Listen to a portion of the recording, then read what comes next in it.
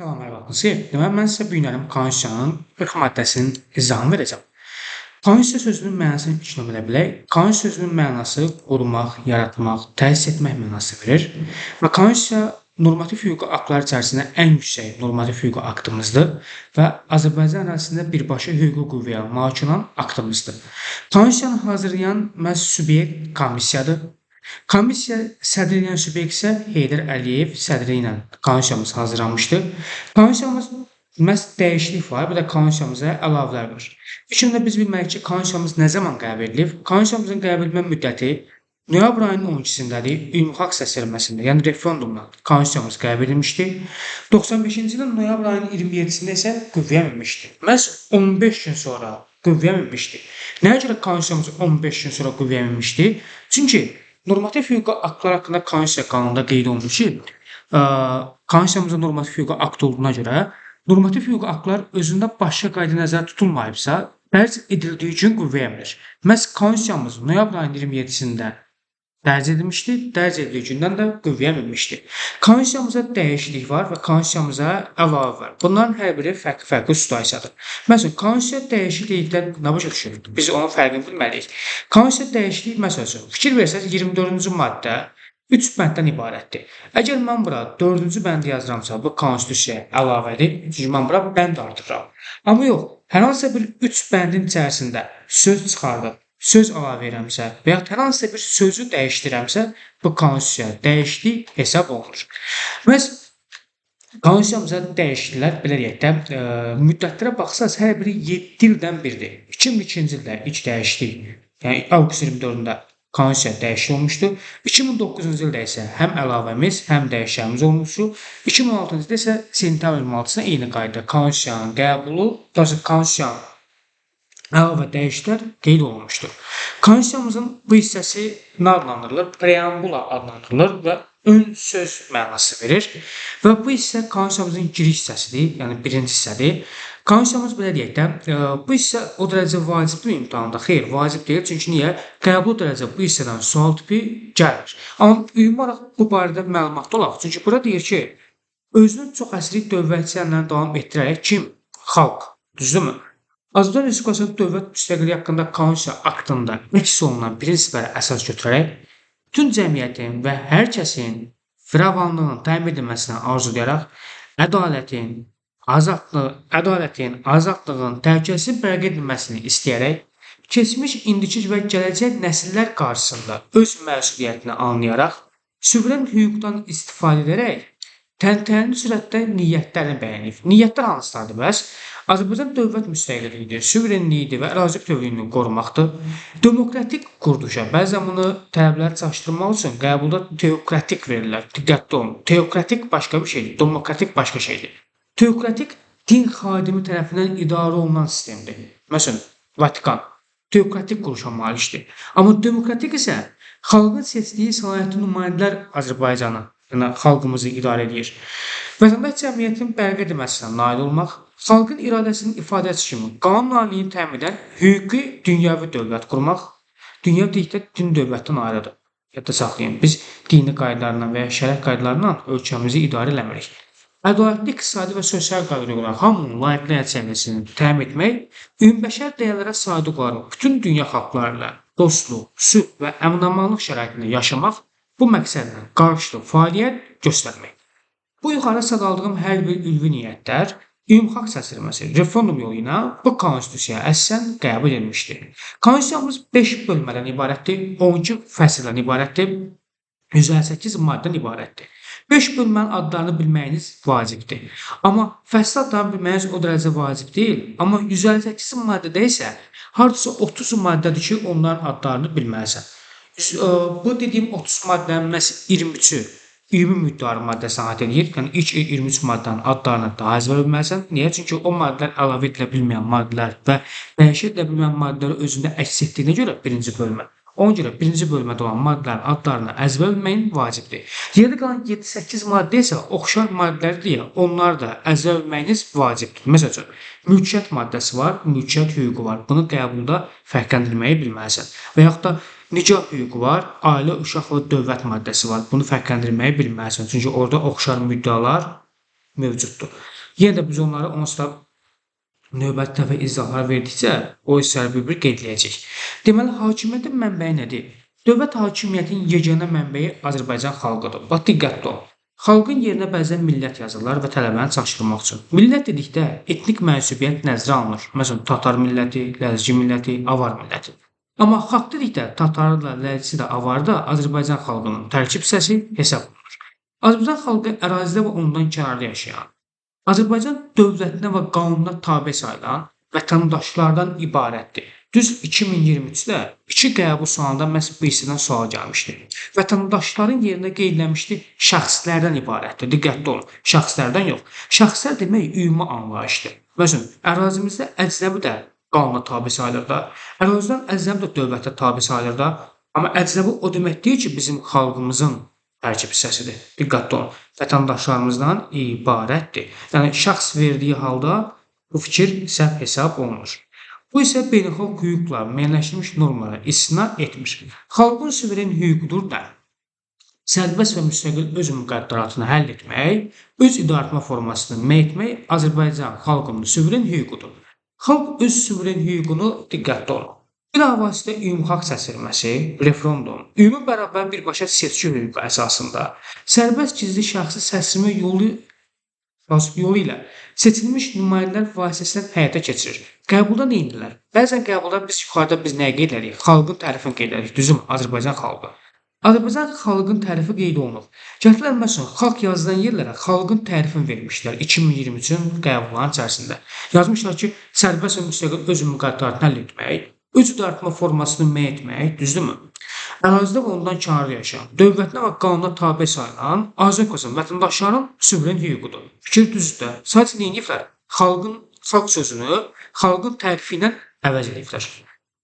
Üçüncü maddə qəbula dəftərin düşmüş bir maddədir və çox düşür. Diqqətli olun hissə. Niyə? Çünki deyərdim ki, demin ən sevdiyim maddələrdən biridir. Üçüncü maddə deyir, Azərbaycan xalqı öz hüquq və mənafeyi ilə bağlı olan hər bir məsələni referendumla da həll edə bilər. Yəni, referendumla həll edə bilər. Diqqətli olun, burada demir, yalnız referendumla həll olunur. Deyir, həll edə bilər. Yəni, xalq öz suveren hüquq və mənafeyi ilə bağlı olan məsələləri həll yollarından biri referendumda ola bilər. Yəni, şərt deyil mütləq qaydada referendum olsun. Amma ikinci bənddə isə mütləq qayda nə olmalıdır? Yalnız referendumla həll olmalıdır bu məsələlər. Yalnız referendumla həll olunan məsələlər hansılardır? Konstitusiyanın qəbul edilməsi və ona dəyişik edilməsi, diqqətli olun. Qəbulda əlavə edilməsi yazır tələbəni çaşdırmaq üçün. Əlavə edilməsi yox, dəyişiklik edilməsidir və konstitusiyanın qəbul edilməsidir. Əlavə sözü yoxdur burada. Bunu bu cürətdə saxlayın. Çünki əlavələr iki yolla qəbul edilir. Bir, referenduma çıxarmaqla qəbul edilə bilər. Bir də Milli Məclisdə 95 səs çoxluğu ilə konstitusiya qanunu şəklində də əlavələr qəbul edilə bilər. Ona görə bunun iki yolu olduğuna görə biz əlavələri yalnız referendumun içərisində vermirik. Bir də dövlət sənədlərinin dəyişdirilməsi də qəbulda dəyişdirilməsinin yerinə yazmışlar müəyyənləşdirilməsi. Yəni tələbəni çaşdırmışlar. Müəyyənləşdirmə iki ölkə arasında baş verən prosesdir. Yəni burada xalqın fikri alınmır. Amma dəyişdirmədə isə konkret xalqın fikri alınır. Referendum nədir? Müəyyən bir məsələni xalqın fikrini, yəni xalqın bəyəkdə müzakirəsinə buraxırsan. Xalq bundan razıdırmı, yoxsa razı deyilmi? Ona görə dəyişdirilməsi məsələsi yalnız referenduma çıxarılan məsələmizdir. Aşağıdakı məsələlərə dair referendum keçirilə bilməz. Hansılardır? Vergilər və dövlət büdcəsidir. Amnistiya və əfv etmədir. Diqqətli olun. Amnistiya Milli Məclis tərəfindən qəbul edilir. 63 qərardır. 63 deputatın səs çoxluğu lazımdır bu amnistiyanı qəbul etmək üçün. Əfv etmək isə prezident tərəfindən qəbul edilir. Amnistiyanın əfv etmədən fərqi, amnistiya kütləvi halda zıtlığa buraxılmadı. Bu ən çox özünü göstərir bu Novruz bayramı ərəfəsində. Əfv etmək isə konkret ad-bad deyilir. Əli, məsələn, Vəli və yaxud da sahib, onu da əfv edilsin və prezident bunu qəbul edir. Bir də üçüncü bənd isə deyir, seçilməsi, təyin edilməsi və təsdiq edilməsi. Müvafiq olaraq diqqətli olun. 3 dənə hakimiyyət qolu var. Qanunverici qolu var, icra qolu var, bir də məhkəmə qolu var. Amma burada mütləq qaydada 2 hakimiyyət qolunu verir. Burada məhkəmə qolunu vermir. 2 hakimiyyət qolu nədir?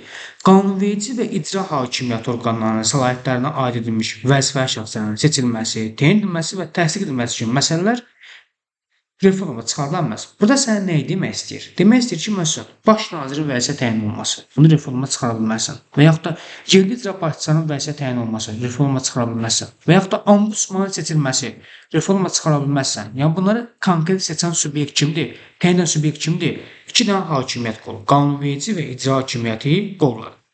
Xalqı kimlər təmsil edə bilər? Xalqın seçdiyi səlahiyyətli nümayəndələr. Bunlar kimlərdir? Prezident və deputatlardır. Prezident və deputatlar xalqın adından ümumi danışa bilir. Məsəl üçün, mən Laçın rayonundan deputat seçilmişəmsə, düzdürmü? Bakıda olan su problemini mən Milli Məclisin müzakirəsinə çıxara bilərəm. Amma bələdiyyə üzvləri ümumi xalqın adından danışa bilmir. Bələdiyyə üzvləri müəyyən əhali üzrə xalqla danışa bilər. Məsəl üçün, Curat bələdiyyəsinin üzvü Curat əhalisi adından danışa bilər. Ta Binəqədi əhalisi adından danışa bilməz. Amma yenə də bələdiyyə üzvləri müəyyən bir ərazi daxilində şəxsləri təmsil edirmi? Edir. Ona görə bələdiyyə üzvlərinin seçilməsidir, deputatın seçilməsidir, prezidentin seçilməsidir. Bunlar hər biri nədir? Xalqın səlahiyyətinə aiddir. Yəni xalq onu seçir. Və seçdiyi şəxslər onları nə edir? Təmsil edir, xalqın adından danışır və xalqın adından müraciət edir. Xalqın vahidliyi Azərbaycan xalqı vahiddir. Xalqın vahidliyi dövlətin təməlini təşkil edir. Diqqətli olun. Azərbaycan Respublikası bütün Azərbaycan Respublikasının vətəndaşları qəbulda nə etmişdi? Yazmışdı ki, Azərbaycan Respublikası bütün Azərbaycan ərazisində yaşayan şəxslərin ümumi və bölünməz vətənidir. Fikir səhvdir. Vətəndaşların ümumi və bölünməz vətənidir, şəxslərin yox. 6-cı maddə Azərbaycan xalqının hər hansısa bir hissəsi, sosial qrupu, təşkilatı və ya heç bir şəxsi hakimiyyətin həyata keçirmə səlahiyyətlərini neyə bilməz, mənimsəyə bilməz. Qəbulda bunu nəzər vermişdi bir dəfə. Yazmışlar ki, hər hansısa bir şəxs hakimiyyətin həyata keçirmə səlahiyyətlərini ələ keçirə bilməz. Şu an fikir səhvdir. Sən hakimiyyəti ələ keçirə bilərsən. Nə cür? Məsələn, tutam sən prezidentliyə namizədliyini verirsən, düzümü? Prezident seçilirsən və icra qolunu edirsən, ələ keçirirsən. Nə yolu ilə? Seçki yolu ilə. Amma ələ keçirdiyin bir şeyi sən neyə bilməzsən, mənimsəyə bilməzsən. Hakimiyyətin mənimsənməsi qəbul sualıdır. Xalqı qarşı ağır cinayətdir. Burada bəzən yazılır dövlətə qarşı və tələbəni çaşdırılır. Azərbaycan dövləti demokratikdir, hüquqidir, dünyəvidir və unitar respublikadır. Unitar heyətdə vahid mərkəzdən idarə olunan bir sistemə malikik biz. Yəni onu deyim. Federativ dövlətlər də var. Məsələn, Rusiya federativ dövlətdir. Ərazisində ölkələr və yaxud da Amerika federativ dövlətləri arasında ştatlar var. Deməli, dövlət hakimiyyəti daxili məsələlərimiz nə ilə məhdudlaşır? Yalnız hüquqla. Xarici məsələlərimiz isə bax, niyə deyirəm? Burada diqqətli olun. Tərəfdar çıxdığımız beynəlxalq müqavilələr qəbulda bunu qəsdən qəbulların birində yazmışdı ancaq beynəlxalq müqavilə. Şu fikir səhvdir. Niyə? Çünki dünyada ən qədər beynəlxalq müqavilə var. Biz onun hamısına tərəfdar çıxmırıq. Mütləq qayda testin əvvəlində nə olmalıdır? Tərəfdar çıxdığımız beynəlxalq müqavilə olmalıdır. Və tərəfdar çıxdığımız beynəlxalq müqavilə zaten bizim vətəndaşımıza şamildir. Əgər çıxmırıqsa, onun hər hansısa bir ərazimizdə hüquqi qüvvəsi yoxdur. Dövlət hakimiyyəti hakimiyyətlərin bölünməsi prinsipi əsasında təşkil edilir. 3 dənə hakimiyyət qolu var. Qanunverici hakimiyyəti, icra və məhkəmə hakimiyyəti. Qanunverici hakimiyyəti Milli Məclis həyata keçirir. İcra hakimiyyəti prezidentə mənsubdur. Məhkəmə hakimiyyəti isə məhkəmələrimiz həyata keçirir. Konstitusiyanın müddəalarına əsasən qanunverici icra məhkəmə hakimiyyətləri hər biri nə edir? Qarşılıqlı fəaliyyət göstərir və öz səlahiyyətləri çərçivəsində müstəqildirlər. Çox qarşılıqlı fəaliyyət göstərir bu deməkdir ki, məsələn elə bir məsələ var ki, biz onu tək bir subyektin əlinə vermirik. Ümumi onun həll olunması üçün bəzən 2 hakimiyyət qolu, bəzən 3 hakimiyyət qolu bir yerdə iştirak edir. Tutan hakimlərin vəzifədən kəməllaşması prosesi var. Hakim cinayət törətdikdə onun vəzifədən kəməllaşması ilə bağlı rəy verən subyekt ali məhkəmədir. Bununla bağlı sorğu verə bilən subyekt isə, yəni ali məhkəmədən rəy almaq üçün sorğu verə bilən subyekt prezidentdir. Prezident sorğu verir ali məhkəməyə, ali məhkəmə rəy verir, düzdürmü? Və alınan rəy əsasında Milli Məclis qarşısında irəli sürülür, hakimin vəzifədən kənarlaşdırılması Milli Məclisdə hakimin vəzifədən kənarlaşdırır. Gördünüzmü? 3 dənə hakimiyyət qolu bir-birindən qarşılıqlı fəaliyyət göstərdi. Sorğu verdi icra qolu, rəy verdi məhkəmə qolu, kənarlaşdırdı qanunverici qolu. Ona görə hər biri qarşılıqlı fəaliyyət göstərir, amma hər biri də öz qəbul etdiyi qərarlar çərçivəsində müstəqildirlər. Burada qeydləmişəm, yəni demokratik nədir, hüquqi nədir, buna özünüz mütləq qaydada baxarsınız. Deməli, Azərbaycan dövlət başçısı. Dövlət başçısı Azərbaycan Respublikasının prezidentidir. Ölkənin daxilində və xarici münasibətində Azərbaycan dövlətini təmsil edir. Azərbaycan Respublikasının prezidenti Azərbaycan xalqının vahidliyini, bax diqqətli olun. Mən bunu bu cür qeyd edirəm. XV, biri var XV, biri var DV. Xalqın vahidliyi neyinir? Təcəssüm etdirir. Düzdürmü? Dövlətin vahisi neyinir? Təmin edir. Qəbuldan eləmişlər. Biz xalqın vahidliyi 5-ci maddə bəslədik. Dedi ki, xalqın vahidliyi dövlətin neyinir? Təməlini təşkil edir. Qəbulların birində beyanın açıq sualı idi. Yazmışlar ki, dövlətin təməlini təşkil edəni prezident təcəssüm etdirir. Fikir düzdür. Dövlətin təməlini təşkil edir xalqın vahidliyi. Düzdürmü? Xalqın vahidliyi prezident nə etdirir? Təcəssüm etdirir. Azərbaycan Respublikasının prezidenti 4 dənə məsələnin təminatıdır. 1. Dövlət müstəqilliyidir. Ərazi bütövlüyüdür. Bax, yenə deyirəm, diqqətli olun. Tərəfdar çıxdığımız beynəlxalq müqavilələrin rəayət olunmasıdır. Bir də məhkəmə hakimiyyətinin müstəqilliyinin təminatıdır. Silahlı qüvvələr kim tərəfindən yaradılır? Azərbaycan Respublikası tərəfindən yaradılır. Silahlı qüvvələrin yaradılmasından məqsəd nədir? Öz təhlükəsizliyini və müdafiəsini təmin etmək məqsədi iləndir. Silahlı qüvvələr nədən ibarətdir? Azərbaycan ordusundan və başqa silahlı birləşmələrdən ibarətdir. Azərbaycan Respublikası nəyi rədd edir? Başqa dövlətin müstəqilliyinə qəsd vasitəsi kimi, beynəlxalq münaqişənin həll üstü kimi müharibəni rədd edir. Prezident silahlı qüvvələrin ali baş komandanıdır. Bu qəbul sualıdır. Onun uyğunluğunu vermişdi qəbulda. Diqqətli olun. Tələbə bəzən prezident sözünü görür, Baçır bunu hansı maddəyə uyğunlaşdırır? Dövlət başçısı maddəsidir. Hər prezident sözünü görüb dövlət başçısı maddəsinə aidləməyin. Prezident silahlı qüvvənin ali baş komandanıdır. Harada qeyd olunub? Silahlı qüvvələrin maddəsində qeyd olunub. Biz başqa dövlətlərlə münasibətində əsasına qururuq. Hamılıqla qəbul edilmiş beynəlxalq hüquq normlarına nəzarət edilmiş prinsip əsasında qururuq. Deməli, 11-ci maddə. İndi birazdan sizə bəzi qəbul sualını göstərəcəm. Yəni qəbula necə düşüb deyə bir iki dənə qəbul sualında baxacağıq bərabər qaydada. Deməli, ərazimiz. Ərazimiz necə bir ərazidir? Bax, kodlaşdırmışıq. Vahiddir, toxunulmazdır və bölünməzdir. Ərazimiz daxil sulardır. Düzdürmü? Xəzər dənizinə bax, diqqətli olun. Qəbulda bir dəfə göl vermişdi, tələbəni çaşdırmışdı. Xəzər gölü qeydləmişdi, tələbə onu səhv kimi götürmüşdü. Əslində dəniz olar, göl olar, fərqi yoxdur. İkisindən birinin verdiyi halda tez düz hesab olunur.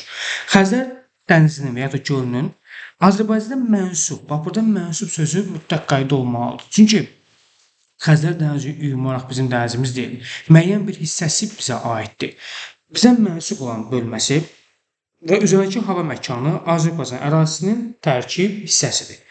Azərbaycan ərazisi özgənləşdirilə bilməz. Yəni, satılmır kimsəyə ərazimiz və yaxud da heç bir halda, heç bir hissəsi kimsəyə də verilmir. Amma dövlət sənədlərimiz dəyişdirilə bilər. Qəbuldan bəzən Milli Məclisin qərarının yerinə yazılar prezidentin fərmanı ilə və yaxud da prezidentin qərarı ilə diqqətli olun. Milli Məclis qərar qəbul edir və bütün əhali arasında reform keçirilir və dövlət sənədlərimiz dəyişdirilir. Dövlətin ali məqsədidir nə? Qəbula dəfələrlə düşür. İnsan vətəndaşların hüquq və azadlıqları və vətəndaşlara, bax bunu bəzən şəxslər yazır və yaxud da ərazidə yaşayan şəxslər yazır. Diqqətli olun, söhbət bizim vətəndaşımızdan gedir. Vətəndaşların layiqliyyət səviyyəsinin təmin edilməsi dövlətin ali məqsədidir. Bu konstitusiyada sadallanan, yəni istənilən hüququn, yəni insan vətəndaşların hüquq və azadlıqları 24-dən sonra biz onları qeyd edəcəyik. Məsələn, tutam bərabərlik hüququ və yaxud da yaşamaq hüququ və yaxud da məlumat azadlığı fərq eləmir. İstənilən hüququn, istənilən azadlığın konstitusiyamızda tərəfdar çıxdığımız beynəlxalq müqaviləyə uyğun tətbiq edilir. Məsələn, qəbulda bu cür verilər bunu çaşdırmaq üçün. Yazar ki, bərabərlik hüququn nəyə uyğun tətbiq edilir və yaxud da məlumat azadlığının nəyə uyğun tətbiq edilir. Elə hər bir halda tərəfdar çıxdığımız beynəlxalq müqaviləyə uyğun tətbiq edilir.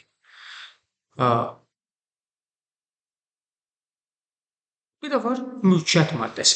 Biri var mülkiyyət maddəsi, söhbət 13-cü maddədən gedir. Bir də var 29-cu maddə, mülkiyyət hüququ maddəsi. Bunun da oxşarlığını verirlər. Yadda saxlayın, mülkiyyətlə mülkiyyət hüququnu fərqləndirməyin yolu mülkiyyəti əzbərlə 3 dənədir. Yerdə qalan mülkiyyətlə bağlı məsələlər harda qeyd olunub? Mülkiyyət hüququna qeyd olunub. Mülkiyyət toxunulmazdır, dövlət tərəfindən müdafiə olunur. Dövlət mülkiyyəti var, xüsusi mülkiyyət var və bələdiyyə mülkiyyəti var, düzdürmü? Bir də sənə deyir ki, mülkiyyətdən nəyin əleyhinə istifadə edilə bilməz? İnsan vətəndaşların hüquq və azadlıqları, cəmiyyətin və dövlətin mənafeləri, şəxsiyyətin layiqiyyəti əleyhinə istifadə edilə bilməz. Qəbulda necə vermişdi? Yazmışdı ki, ümumi bax bu 3 bəndi qeydləmişdi.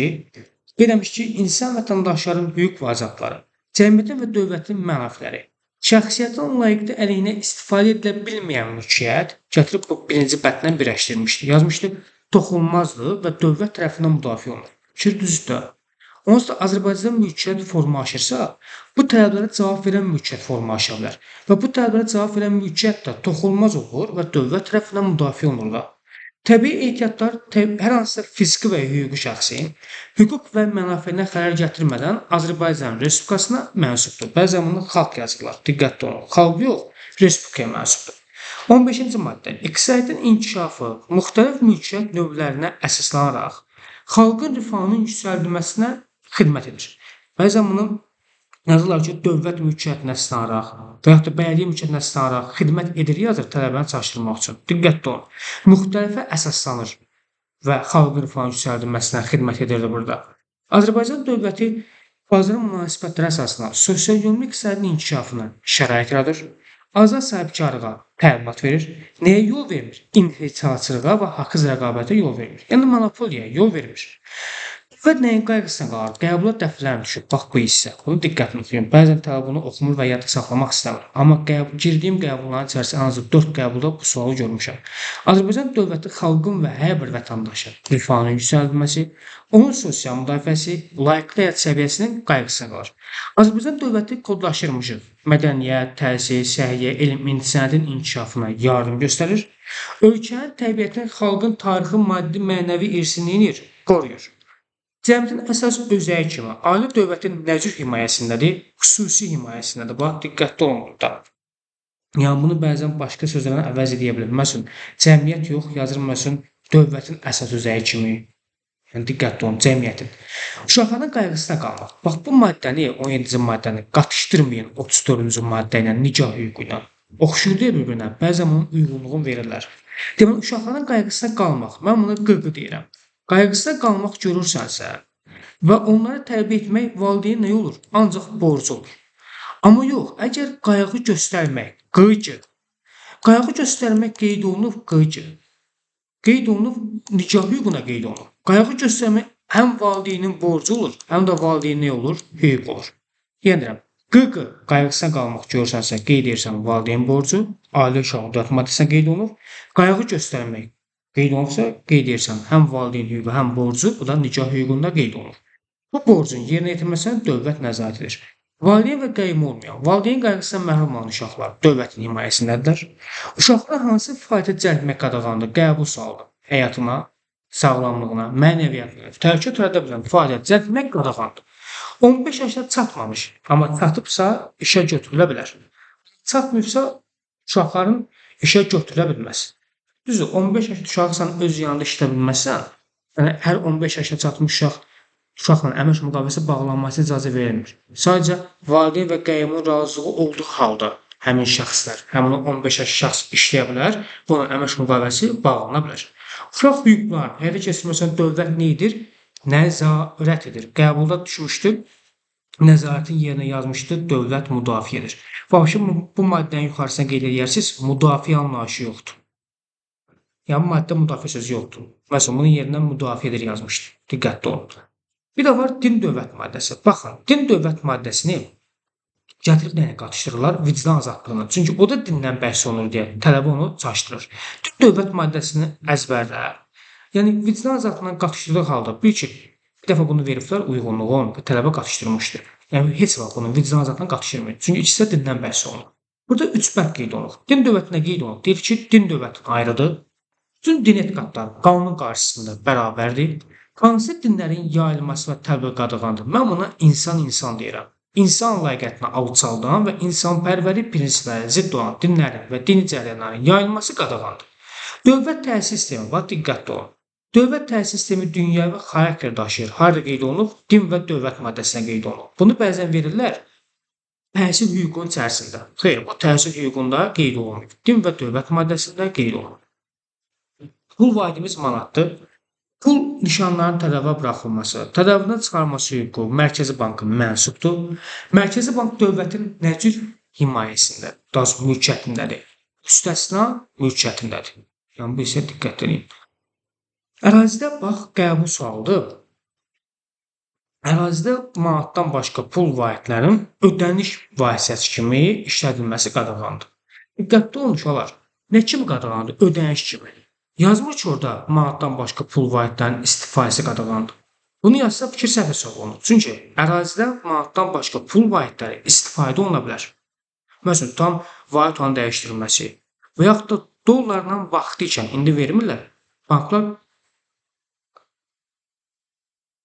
kredit verirdi vaxtı ikən. Amma indi vermirlər, düzdür. Amma verirdilər də halbuki. Ona görə ərazidə ödəniş kimi qadağandır. Amma normalda istifadə olunması icazə verilir. Dövlət hansı borcları qəbul ödəmir? Dövlətə qarşı qiyam dövlət çevrilişinə kömək məqsədi almış borclar Respublika tərəfindən öhdəlik kimi qəbul edilmir və ödənilə bilməz. Dövlət dili qəbula dəfələrlə düşür. Azərbaycan Respublikasının dövlət dili Azərbaycan dilidir. Azərbaycan Respublikası dövlət dilinin inkişafını təmin edir. Buna qəbulda verilmişdir ki, şərait yaradır. Diqqətli olun. Şərait yaratmaq başqa bir şeydir. Təmin etmək başqa bir şeydir. Məsələn, mən deyirəm ki, bunu belə misal çəkimsə, qeyd edirəm ki, mən sizi işə girməyinizə şərait yaradacağam. O işə girməyinizə konkret deyildir. Bəlkə yaratdığım şərait sənin işə girməyinə bəlkə də mümkün olmaz. Amma mən deyirəm ki, sizi işə girməyinizi təmin edəcəm. Burada konkret mən sizin işə girməyinizi öz üzərimə öhdəlik kimi qəbul edirəm. Ona görə diqqətli olun. Təmin edirdi, şərait yaradır deyil. Bir də qəbula dəfələrlə düşür. Respublika əhalinin danışdığı. Bax, bu sözü çıxarırlar tələbənin çalışması üçün. Qeyd edirlər ki, Respublika başqa dillərin sərbəst işlədilməsi və inkişafını təmin edir. Fikir səhvdir. Əhalinin danışdığı başqa dillər. Paytaxtımız Bakı şəhəridir. Dövlət rəmzlərimiz hansılardır? Dövlət rəmzlərimiz dövlət bayrağıdır, gerbimizdir və dövlət himnimizdir. Bayraq bərabər elini 3 üfüqi zolaqdan ibarətdir. Yuxarı zolaq mavi rəngdir. Mavini bəzən göy rəng vermişdi qəbulların birində. Diqqətli olun. Mavini, göy deyil. Orta zolaq qırmızı rəngdir. Aşağı zolaq yaşıl rəngdir. Qırmızı zolağın ortasında hər iki üzündə ağ rəngli aypara 8 cüsəl ulduz təsvir edilmişdi. Bayrağın eninə uzunluğa bax, qəbula düşür. Eninə uzunluğa deyilsə, 1-ni 2-yədir. Uzunluğun eninə deyirsə, 2-nin 1-ədir.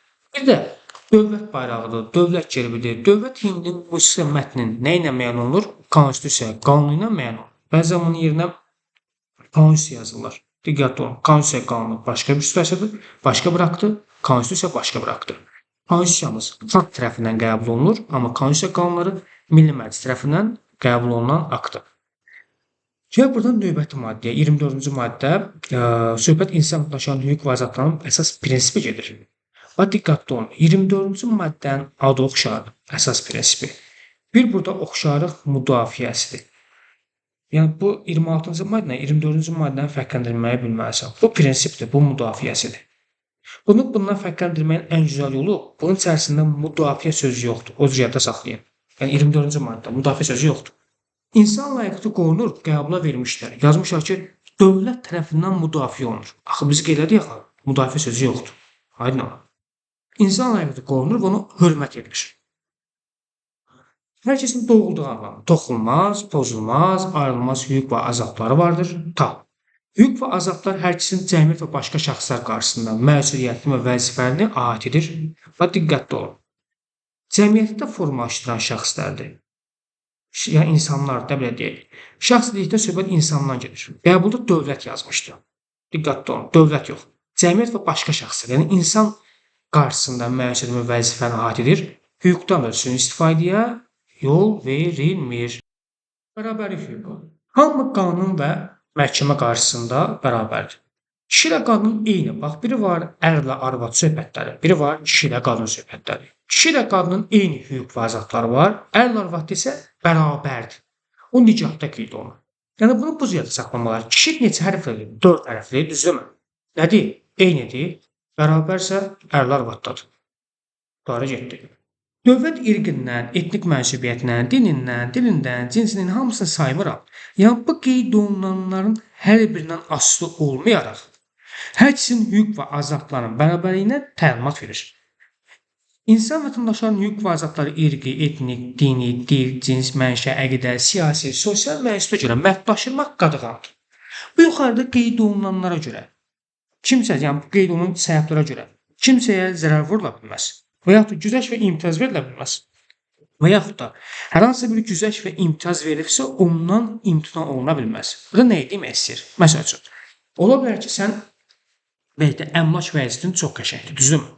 Amma dövlətin sənin üçün ayrıca bir belki də məsəl üçün, əvvəllər tam məcburi köçkünlər universiteti pulsuz oxuyurdu, düzdürmü?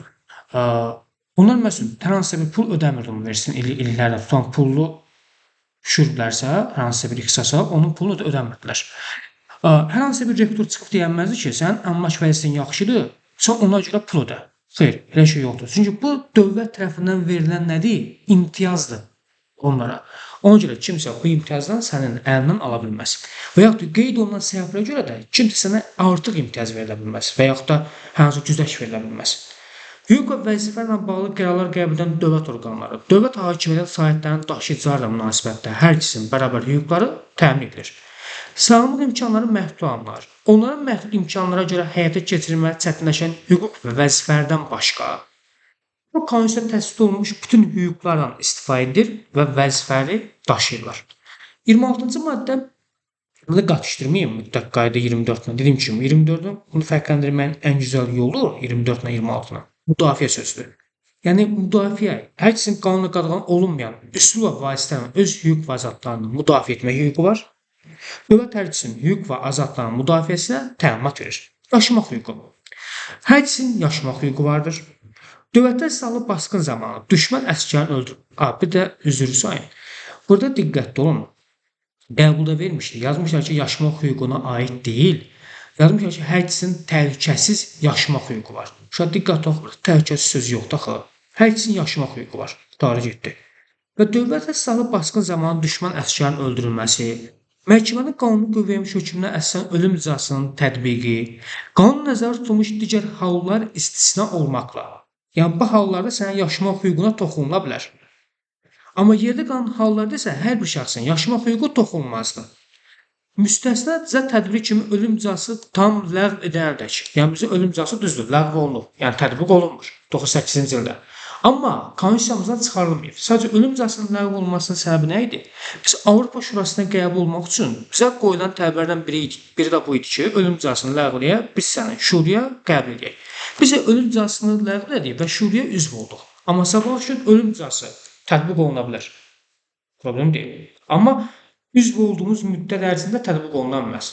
Sadəcə hər hansısa bir tətbiq edəcəksə, mütləq qayda konstitusiyamız icazə verir onun tətbiqinə. Çünki deyir ki, ölüm cəzası tam ləğv edilənədək. Yəni sənə demir tam ləğv edilir. Ləğv edilən nə zaman tətbiq oluna bilər? Dövlətdə insan həyatına və sağlamlığına qarşı xüsusilə ağır cinayətlərə görə qanunla müəyyən edilə bilər. Bir də var silah işlədilməsi. Hansı hallarda insana qarşı silah işlədilə bilər? Qanun nəzərdə tutulmuş zəruri müdafiə son zərurədir. Cinayətçinin yaxalanması və tutulması, həbs olan həbs ilə qaçmasının qarşısı alınması, dövlətə qarşı qiyamın yatırılması, dövlət çevrilişinin qarşısı alınması, ölkəyə silahlı basqın edilməsi hallarında insana qarşı silah işlədilməsinə yol verilir. Amma bu hallardan başqa insana qarşı silah işlədilməsinə yol verilmir. Azadlıq hüququ. Azadlıq hüququ, hər ikisinin azadlıq hüququ var.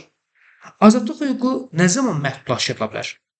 Qanun nəzərdə tutulmuş qaydada tutulma, həbs alma və azadlıqdan məhrum etmə yolu ilə məhdudlaşdırıla bilər. Tutulma nədir? Müəyyən belki qoluna qanda vurulub sənin bölməyə aparılmalıdır. Həbs alma nədir bəs? Yaxşı, o cinayət üzrə çıxarılır, müəyyən bir araşdırma prosesi olur. O müddətdir. Azadlıqdan məhrum etmə nədir? Sənin konkret barədə hökm oxunur. Gedirsən türməyə. Sən ölkə ərazisində qəbul sualıdır. qanuni sürətdə mütləq qayda olmalıdır. Olmadığı halda təsəvvür. Sən ölkə ərazisini qanuni sürətdə eləyə bilərsən. Hər kəs, yəni qanuni sürətdə sərbəst hərəkət edə bilər, özünə yaşayış yeri seçə bilər, ərazidən kənar gedə bilər. Azadlıq hüququnun tərkibində ancaq bizim vətəndaşlarımıza aid olan bir hüquq var. O da nədir? Bizim vətəndaşlarımızın hər zaman maneəsiz öz ölkəsinə qayıtmaq hüququdur. Mülkiyyət hüququ. Buna diqqətli ol. Mülkiyyət hüququnu mülkiyyətdən fərqləndirməyi bilməlisən. Mülkiyyət hüququ deyir ki, hər kəsin mülkiyyət hüququ var. Mülkiyyətin hər hansısa bir növünə üstünlük verilmir. Mülkiyyət hüququ, o yüzden xüsusi mülkiyyət hüququ qanuna qorunur. Sənəd daşınan və daşınmaz əmlakın ola bilər. Mülkiyyət hüququ mülkiyyətçinin tək başına, başqalarla birlikdə əmlaka sahib olmaq, əmlakdan istifadə etmək, onun barəsində sərəncam vermək hüquqlarından ibarətdir. Yəni sən mülkiyyətə tək başına sahib ola bilərsən, başqalarına birlikdə sahib ola bilərsən. Heç kəs məhkəmə qərarı olmadan qəbul sualıdır. Məhkəmə qərarı olarsa mülkiyyətdən məhrum edilərsən. Amma məhkəmə qərarı olmursa mülkiyyətdən məhrum edilə bilməzsən. Əmlakın tam müsaadəsinə yol verilmir, amma nə zaman sənin mülkiyyətin özgənləşdirilə bilər? Yəni satın ala bilər. Dövlət ehtiyacları üçün yalnız qabaqçın onun dəyəri ədalətli ödəmək şərti ilə sənin mülkiyyətin özgənləşdirilə bilər. Xüsusi mülkiyyət sosial öhdəlikləri səbəb olur. Sosial ədalət, torpaqdan səmərəli istifadə məqsədilə torpaq üzərində olan mülkiyyət hüququ qanunla məhdudlaşdırıla bilərdir. Diqqətli olun. Biri var burada pul ödəyib hər hansısa bir mülkiyyətin alınmasıdır. Bir də var 6-cı bənddə hər hansısa pul ödəmirsən. Yəni sənin torpaq üzərində olan mülkiyyət hüququ neyinlər? Məhdudlaşdırırlar. Yəni tutub əldən alırlar, belə deyək də. Dövlət vərəsəlik hüququna təminat verir. Bax, normalda hər kəsin hüquq və azadları doğulduğu andan formalaşır. Amma yeganə hüquqdur ki, vərəsəlik hüququ maya bağlandığı andan, yəni ana bətnində olarkən formalaşır. Düzdür, onun tətbiqi doğulduqdan sonradır, amma formalaşması ana bətnində olarkən formalaşır vərəsəlik hüququ. Hər kəsin əqli mülkiyyət hüququ var. Mənfi hüququ, iqtiraçı hüququ, əqli mülkiyyət hüququnun başqa növləri qanuna qorunur. Təhlükəsiz yaşamaq hüququ. Bax, hər kəsin təhlükəsiz yaşamaq hüququ vardır. Diqqətli olun. Bunu qatışdırmayın. Bax, buradakı yaşamaq hüququ ilə bayaq başladımaqsa, yaşamaq hüququna təhlükəsiz söz yoxdur. Bu arada qeyd olun. Təhlükəsiz yaşamaq hüququnun içərisində. Qanun nəzərdə tutulmuş hallar istisna olmaqla, yəni sənin demək istəyir ki, qanun nəzərdə tutulmuş hallarda icazə verilir. Məsələn, yazsa ki, hər bir halda qadağandır. Məsələn, bu qeyd olunan hər biri fikir səhvdir. Çünki mənim istisna halım mövcuddur. O halda mən tətbiq edə bilərəm. Yəni qanun nəzərdə tutulmuş halları sənin şəxsi həyatındadır, fiziki mənəvi sağlamlığın mülkiyyətinədir, mənzilə qəsd edilməsinə yol verilir. Amma bu hallardan başqa yol verilməsi qəti qadağandır. Şəxsi toxunulmazlıq hüququ qəbula dəflərini düşür. Hər ikisinin şəxsi toxunulmazlıq hüququ var. Hər ikisinin şəxsi və ailə həyat sirrini saxlamaq hüququ var. Amma yazsa ki, məsələn, hər bir halda şəxsi və ailə həyatına müdaxilə etmək qadağandır, fikir səhvdir. Çünki qanun nəzərdə tutulmuş hallarda icazə verilir. Hər ikisinin şəxsi və ailə həyatına qanunsuz müdaxilədən müdafiə hüququ var.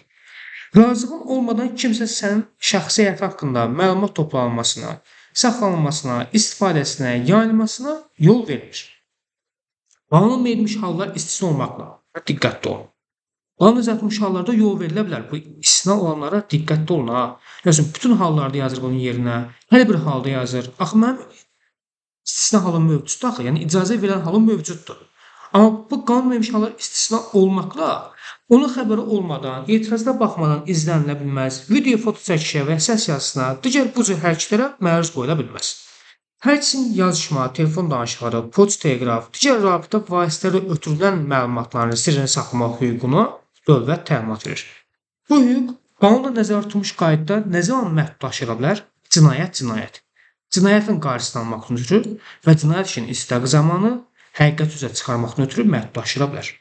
Qanunda verilmiş hallar istisna olmaqla hər kəs onun haqqında toplanmış məlumatla tanış ola bilər. Hər kəs onun barəsində toplanmış həqiqətə uyğun olmayan, tam olmayan, habelə qanun tərəfindən pozmaqla əldə edilmiş məlumatların düzəldilməsini və ya çıxarılmasını tələb etmək hüququ var və yaxud da ləğv edilməsinə. Bax, diqqətli olun, mərtəzələrin səsini verə bilər ha.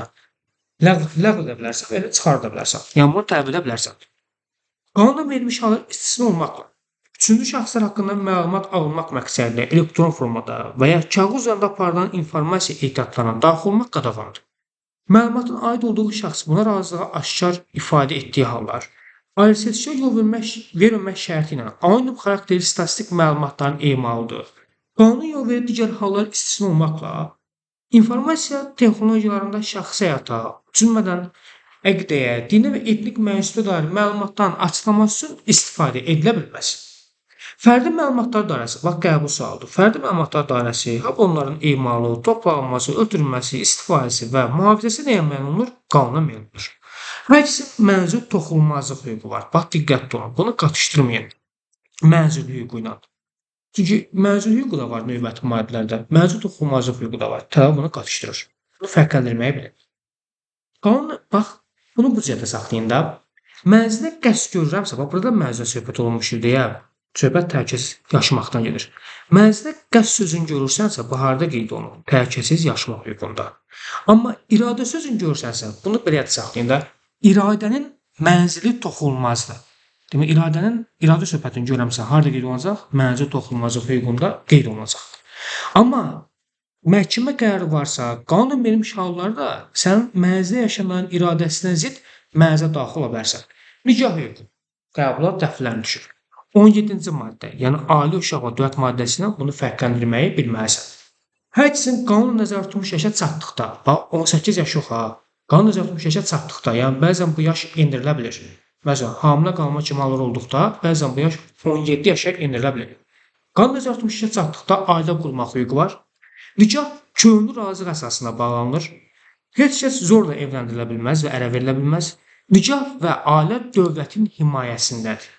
Bax, biz demişdik ki, dövlətin himayəsindədir ailə, düzdürmü?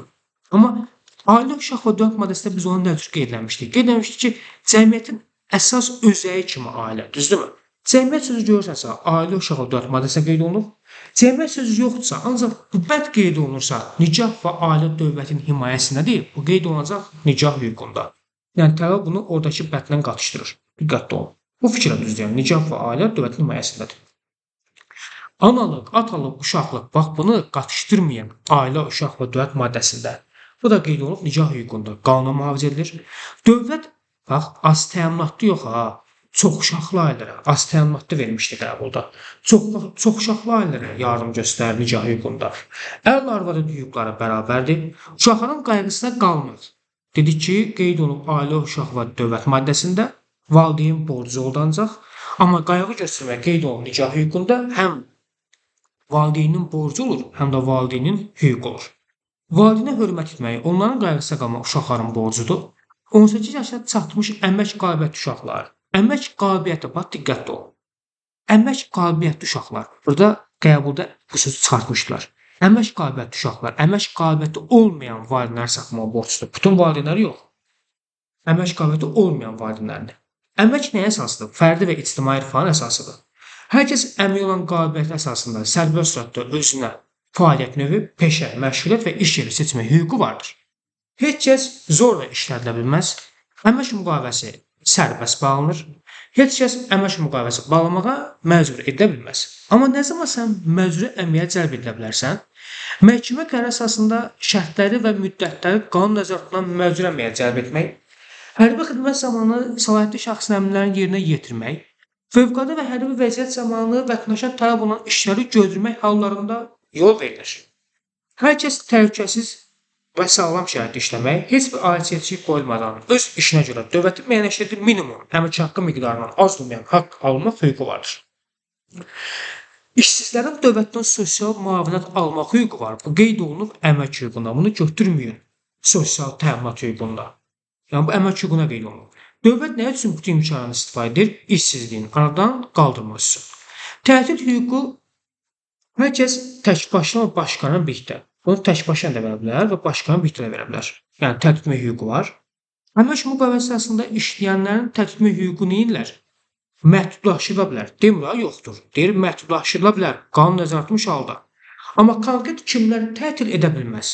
Silahlı qüvvələrdə xidmət edən hərbi qulluqçular və silahlı qüvvələrdə çalışan kimlər? Mülki şəxslər. Fərdi və kollektiv əmək mübahisəsi qanunla verilmiş qaydada həll edilir. Bax, lokkaut qadağandır. Amma sən burada qabağını nəyə verir? istisna hal verir. Deyir ki, qanunla müəyyən edilmiş hallar istisna olmaqla qadağandır. Testdə salsa ki, lokal tətbiq edilə bilər. Düzdür. Çünki mənim nəyim var? İstisna halım var da. O yəni ehtimalı var da, yəni tətbiq oluna bilər də.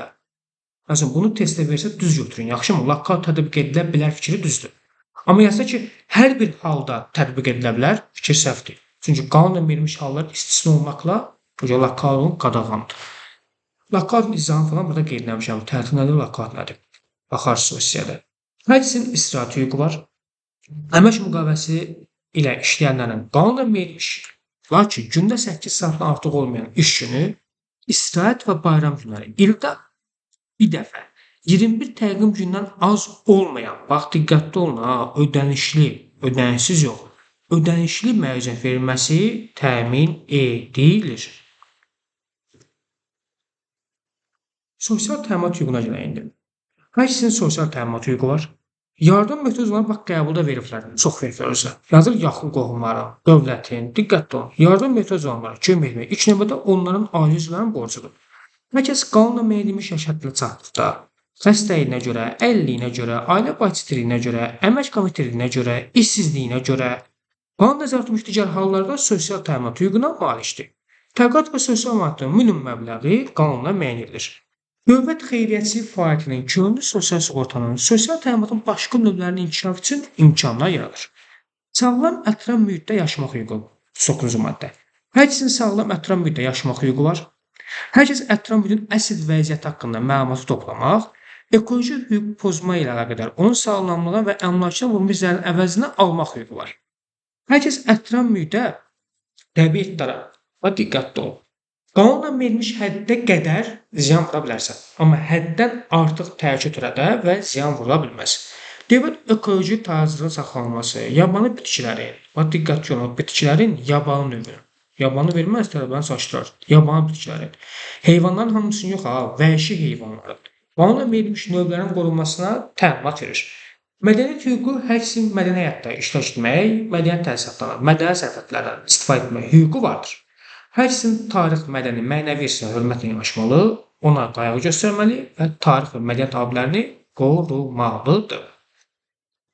40-cı maddəyə qədər izah verdim. Növbəti dərsdə 40-dan sonra da izah verəcəm. Yəni kim əgər belə deyək də dərslə bağlı maraqlanmaq istəyirsə və yaxud da nəticəmizə baxmaq istəyirsə, burada Instagram adresimiz falan qeyd olunub, baxa bilərlər. Bir də mən sizin bir-iki dənə qəbul sual göstərəcəm. Sırf bu izahla bağlı qəbullara baxacaq bir-iki dənəsinə. Onlara da baxalım, dərsi yekunlaşdıralım. Bu sual 2023-ün 30 aprelin qəbuludur. Baxın, bizdə nəyə soruşur? Uyğunluğu soruşur. Düzdürmü? Deyir, qəbul sualıdır. Qanun yolu nədir? Baxın, deyir, icra hakimiyyəti prezidentin mənsubdur. Bu harda qeyd olunur? Əlbəttə ki, hakimiyyətlərə harda böldük? Azərbaycan dövləti maddəsində, yəni 3-ə aiddir, A variantı. Prezident məhkəmə hakimi müstəqilliyinin təminatçısıdır. Harda qeyd olunur? Dövlət başçısı maddəsində 2-ə aiddir, B variantı. Azərbaycan prezidenti bax demişdim, prezident sözünü görüb qaçmayın dövlət başçısı maddəsinə. Yəni silahlı qüvvələrin ali baş komandanı harda qeyd olunur? Silahlı qüvvələr maddəsində 4-ə aiddir, C variantı. Daxili məsələ, xarici məsələ də qeyd olunur dövləti maddəsində B, D-ə aiddir, düzüm 2-yə. Y isə əlbəttə ki, 1-ə aiddir. İşte uyğunluq uydu. 2-yə B-dir, 2-yə üzrsən aşağı dövlət maddəsi deyirəm, götürüb burada D-ni yazıram bura. Azərbaycan dövlət maddəsindən, yəni 3-ə aiddir. Yəni, daha doğrusu daxil məsələ D variantı 3-ə aid. Azərbaycan dövlət maddəsinə qeyd etmişəm. 3-ə aiddir D variantı, 3-ə aiddən də A variantı. O harada qeyd olunub? A variantına qeyd olunub. Məsələn, bu da 18 iyun 2023-cü qəbuldur. Baxın görün bura nə vermişdir. Bax deyir ki, doğru müddəanı müəyyən edin, düzdürmü? Baxın, burada B variantı səhvdir. Niyə deyir? Konstitusiyanın qəbul edilməsi, ona dəyişə edilməsi. Biz də qeyd etdik ki, bu yalnız referendumla, düzdürmü?